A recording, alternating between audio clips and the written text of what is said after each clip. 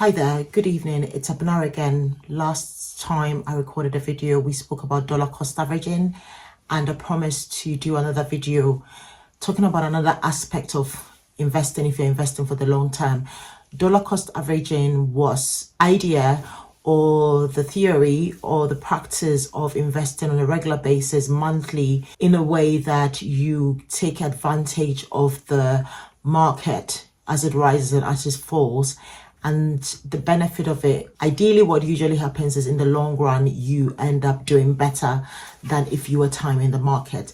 I'm going to link the video up here so that if you want to make reference to it, you can make reference to it. Today's session, in that video, I did mention the fact that if you were invested in index fund, passive tracker index funds, it means that the index fund will be tracking different companies, and it's unlikely that a fund would go bust or a fund would entirely collapse because there are different companies that come in and go out. So as companies perform, some come out and some go in. That's how funds are set up.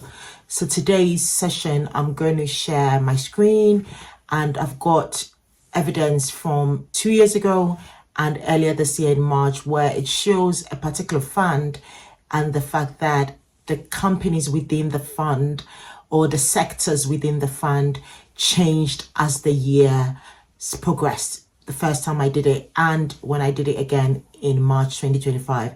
At the end of the video, I may just go back into the fund and again share my screen for you to see if there's been a change from what I shared originally and what it is now in October. Today's the last day of October, so October today. It's kind of going to be a rush session. I hope it's not too rushed because I need to get ready to join the Hallelujah Challenge that's happening today. Today is a penultimate session and I need to join that. But let me summarize again. The whole point of this session today is to show that it's unlikely that a fund would go bust because there's so many companies, so many sectors in there that if one company goes out, another company is going to come in as the companies perform within the stock market or within the economy. This is not financial advice in any way. Like I always say, the fund I'm going to share is not one that I'm saying people should invest in. It's just an example I took from one of the websites that I use to track funds, and I just wanted to use that as an example. So I hope you find this useful. I'm going to switch over to my computer. I'll still be here, but I'm going to switch over to my computer and I'm going to share that. So see you soon. I'm still here though. Okay, so we are going to look at a fun example. The presentation I'm sharing here is a presentation that I've worked on. I use at work. So I've got a team at work where we empower women of ethnic minority backgrounds, and every year I do a financial series with a woman, and the slides I'm sharing today is an extract from one of the sessions that I do with a woman. I hope you find this useful. So most funds have sectors that they work in: energy, materials, industrials, utilities, healthcare, financials, customer discretionary, customer staples, information technology, whatever it is. So you can choose to invest in a particular sector, one of the sectors here. So you could choose to invest in a fund that tracks each of these sectors, or you could invest in a fund that has all these sectors within it. The fund example we're going to look at today is the Legal and General International Index Funds. Many brokers or many investment platforms do have this fund. It's an example I've picked. It's not investment advice or financial advice in any way. It's an example I've picked. Most funds, like I said, are divided into, so if you look at the breakdown of the fund or what the fund is comprised of, or the composition of the funds is breakdown into countries, sectors, industries. And you would ideally want to diversify, like we spoke about the last time, you'd ideally want to diversify across different funds. So Legal and General Index, International Index, for instance, it's diversified across 10 countries. And these are, you can see on the screen, United States, Japan, Canada, Switzerland, France, Germany, Taiwan, Australia, Ireland, and Netherlands. The countries that have highlighted in green are those countries which were not in there original, when I did it about 2 years ago, they were not in there, or they've moved up and down in the ranking of the original analysis that I did when I first looked at the fund into more detail, a microscopic look at the fund. So if you can see down here, I took this information from Hargreaves Lansdowne on the 26th of March at 12:29 a.m. when I was preparing the slides for the ladies at work, for the presentation of ladies at work. Within the legal and general fund, the top 10 sectors that it's invested in is, you can see it on the screen: technology and equipment, software and computer, banks, retailers, pharmaceuticals. And you could see that a new sector came in, which is automobiles and parts. And there's so many reasons to this that when you look at funds, there's so many reasons to it. Either if you look at the countries, for instance, it may mean that that economy has performed a lot better, or the outlook for that country will be good. So it's introduced within the fund.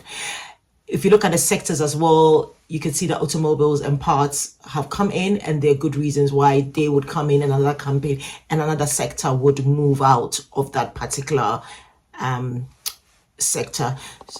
And then the next one is the top 10 holdings within it. So the 10 holdings actually refer to the companies. When it says holdings, it means the top 10 companies within the particular legal and general index fund. And Apple, as the time that I checked it, Apple still sits at the top of the fund. And there's been introduction of a few ones, and a few companies have also moved up and down within the fund. So again, green means that they either were in there or they've been introduced within the particular fund at the time. Legal and General International Index Fund, if we're looking at the point of diversification in a whole, is heavily invested within the United States, and could be attributed to the fact that United States is a major economy. It does have access to a bit of Asia, in the fact that we've got Japan, we've got Taiwan, and you could say Australia within Asia. You could say that. And then it's got a bit of Europe in there as well. So North America, United States, and Canada is in there, but you can see that there's no emerging country such as the BRICS nation: Brazil, Russia, India, China, South Africa, one of those emerging countries. It's not there. So if you were invested in legal and general index fund, you are not exposed to some of the emerging countries. So the benefit of that, you may not experience it, and therefore you would have to diversify your portfolio in that way. However, if someone was invested in this and they were happy with how it's diversified across sectors, then they can stay with that. If you come to top 10 holdings, it's very, again, you can see that technological equipment is quite high, and that explains why perhaps Apple, Microsoft, and everything is quite high in that. Banking is a third on there. We know JP Morgan is a bank, and you can see that it's there as well. Unfortunately, pharmaceuticals, with ranks 1, 2, 3, 4, 5, which ranks the fifth in the top 10 sectors, we don't see any pharmaceutical companies within the top 10 holdings. So it may be that there's a lot of pharmaceuticals in their other 100 holdings, or how many other funds are in this. I hope you found this useful. I just wanted to show that it's very unlikely that if a fund, if it's well set up, would collapse or would be pulled off the market if it's well set up. And if one sector does not perform in very well, for instance, we're looking at banks and items like that, that sector will come out and a different sector will come in based on what is happening within the industry. And if there's a company performing, like we have Apple, Nvidia, Meta, Tesla, Broadcom, at the time that I did it, some of these companies were not in there, and some have moved up the ranking within the top 10 holdings, same as the countries as well, that has moved. So I hope you found this useful. I just wanted to do a quick session, just no more than 10 minutes. And I know I do talk fast sometimes, but I hope this makes sense.